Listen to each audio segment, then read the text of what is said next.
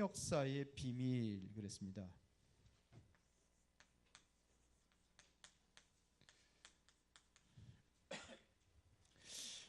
주일날만이라도 여러분이 정말 하루를 편안한 마음으로 좀 뭔가 이렇게 조급하게 뭐 다른 스케줄을 갖지 말고 주일날만은 편안하게 내가 하나님 앞에 드린다.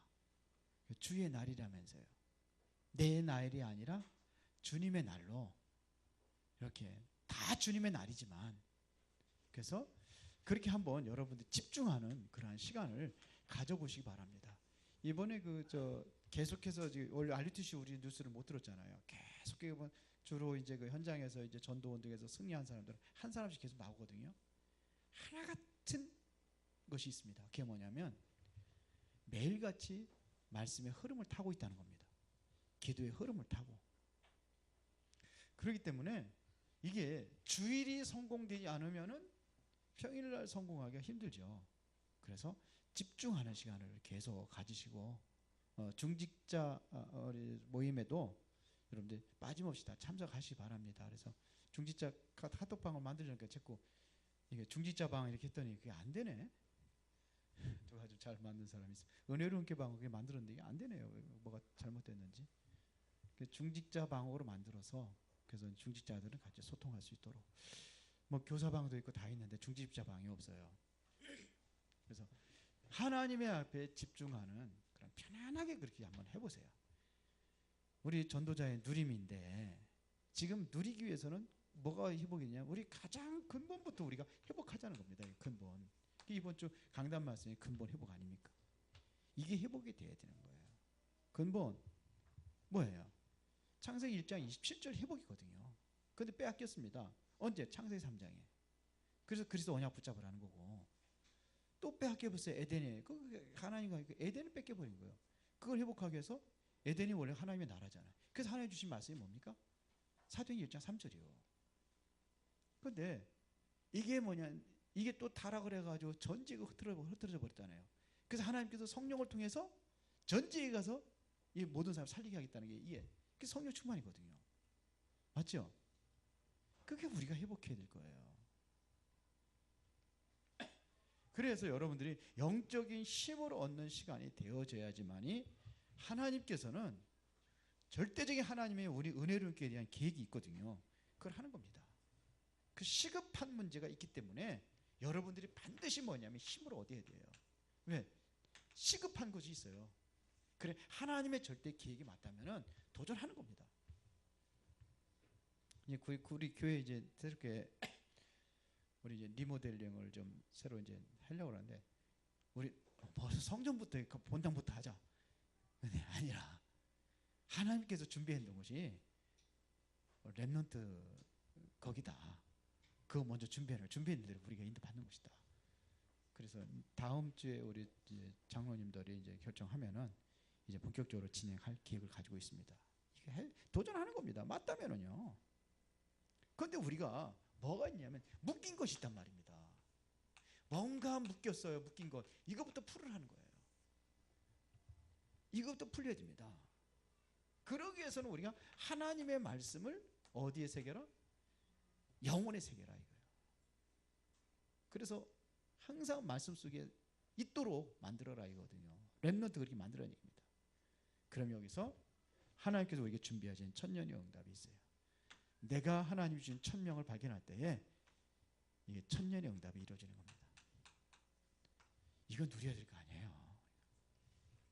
우리 렘넌트들이 누려야 된다니까요. 아니 우리는 나 같은 존재가 뭘 할 수 있습니까? 아니 모세는 80에 썼어요. 갈렙은 85세 썼어요. 젊은 사람들 못하는데 갈렙을 썼잖아요. 하나님이 살아계시고 하다면은 내 능력과 상관없어요. 내 능력이 필요 없어요. 내 능력이 필요 없어요. 내 능력까지 하려고 하면 실패하는 겁니다. 내 능력이 필요 없다고 하는 사람에게 하나님 역사하시게 돼 있어요. 그러니까 뭐 우리는 다른 거에 흔들지 말고 지금 문제 흔들지 말고 이제 하나님 앞에 집중하는 시간을 갖는 겁니다. 꼭 그렇게 하시기 바랍니다. 자, 구원에 대한 비밀입니다. 어떤 비밀을 주었습니까?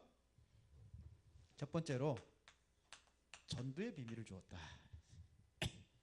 전도의 비밀. 자, 에베소 3장 1절에 보니까 이렇게 이야기하고 있습니다. 이러므로 그리스도 예수의 일로 너희 이방인을 위하여 갇힌 자 된 나 바울이 말하거니와. 뭐 때문에 갇혔습니까? 복음 전에 갇힌 거예요. 그렇죠. 이방인을 위하여 그랬습니다. 이방인 전도를 이야기하는 거거든요. 그러니까 무엇 때문에 갇혔느냐 이거예요. 전도 때문에 갇힌 겁니다. 여기 때문에 뭐냐, 감옥에 들어간 거예요. 이것 때문에. 그러면은 여기 보면 경륜을 따라 그랬습니다. 2절에 너희를 위하여 내게 주신 하나님의 그 은혜의 경륜을 너희가 들었을 터이라 그랬습니다. 경륜이라는 것은 이것은 일을 조직적으로 계획하는 걸 얘기하는 거예요. 의도적으로 하는 겁니다. 하나님의 의도적인 계획이 있다는 겁니다. 여기에 이거를 위해서 하나님의 의도적인 뭐가 있어요? 계획이 있다는 거예요. 여기에 보면은 또 3절 4절에 보니까는 곧 계시로 내게 비밀을 알게 하신 것은 내가 먼저 간단히 기록한 것 같으니 이것을 읽으면 내가 그리스도의 비밀을 깨달을 것을 너희가 알 수 있으리라 그랬어요. 여기 보면 뭐예요? 하나님의 계시. 계시라는 것은 뭐예요? 하나님 우리에게 계시해 줬다는 것은 이것은 뭐냐? 막혔던 것을 열어서 보게 하는 겁니다. 뭐를요? 비밀이 뭡니까? 그리스도를. 그래서 우리가 뭐냐? 막혔던 눈을 열어서 뭘 보게 하냐? 그리스도를 보게 하는 겁니다. 깨닫게 한단 말입니다. 그리스도의 비밀이라고 그랬거든요. 이걸 아무나 하는 게 비밀이 아니잖아요. 바울이 이거를 깨닫고 나서 골로새서 2장 2절부터 3절에 보니까 그리스도 안에 모든 게 다 있다 이렇게 고백을 했어요. 지혜와 지식과 모든 보화가. 빌립보서 3장 8절에 보니까는 그리스도를 아는 지식이 가장 고상하다 그랬어요. 모든 겁니다. 두 번째는 자 보세요. 선교의 비밀이 나타난다 그랬습니다. 3장 6절에 보면 이는 이방인들이 복음으로 말미암아 그리스도 예수 안에서 함께 상속자가 되고 함께 지체가 되고 함께 약속에 참여하는 자가 됨이라. 이 복음을 위하여 그의 능력이 역사하시는 대로 내게 주신 하나님의 은혜로 은혜의 선물을 따라 내가 일꾼이 되었노라. 바울은 이방인의 사도다 그랬습니다. 이방인의 사도라는 것은 뭐냐면 여기도 이방인 얘기했지만 여기는 뭐냐 더 넓게 열기면은 어떠한 이거 선교를 위한 부름 받았다 이런 얘기거든요. 그러면은 이 능력이 역사하는 대로 하나님의 은혜의 선물을 전해야 된다는 것입니다. 그래서 8절에 얘기되어 있습니다. 모든 성도 중에 지극히 작은 자보다 더 작은 자에게 이 은혜를 주신 것은 측량할 수 없는 그리스도의 풍성함을 이방인에게 전하게 하시고 그랬습니다. 측량할 수 없는 그리스도의 풍성한 은혜입니다. 이거를 전하는 겁니다. 그리스도 이게 뭐냐면 맨날 한 얘기 또 한다. 오늘 또 얘기하네. 틀린 얘기예요. 그리스도를 들을 때마다 여러분들 뭐냐면 하나님의 뭐가 느껴지면 풍성한 은혜가 느껴져야 되는 거예요. 왜 그래요? 풍성하거든요. 죽은 나무에다가 물을 주면은 그 물은 어떤 물이에요? 나무가 썩어요. 그 물을 먹으면. 왜? 죽었기 때문에. 태양을 내려찌면은 말라버리는 거예요. 죽었다면은요. 이것도 뿌리 뽑아버리면 이게 죽은 상태에 떠났잖아요. 그러면 뭐냐면 태양 찌면 금방 말라버리는 거예요. 물을 주면 어떻게 했습니까? 죽었으면 썩는 거예요. 그런데 자꾸 또 한 소리 한다. 이게 그리스도 안에 풍성한 걸 먹는 거예요. 오늘 들은 그리스도 새롭고 내일 들은 그리스도 새로워져야 되는 거예요. 왜? 오늘 밥 먹을 때 오늘만 먹고 말아요? 오늘 먹어도 또 배고프니까 또 먹고 또 먹고 또 먹고 그 밥 먹잖아요 맨날. 마찬가지예요. 우리도 살아있는 사람은 계속 그 밥 먹게 돼 있어요. 이게 그리스도란 말입니다. 이거를 전해야 되는 겁니다. 그래서 하나님은 하늘과 땅에 있는 모든 족속에게 이름을 주셨습니다. 이게 선교란 말입니다. 그래서 우리로 하여금 어디로 가라? 모든 족속으로 가라고 하는 겁니다.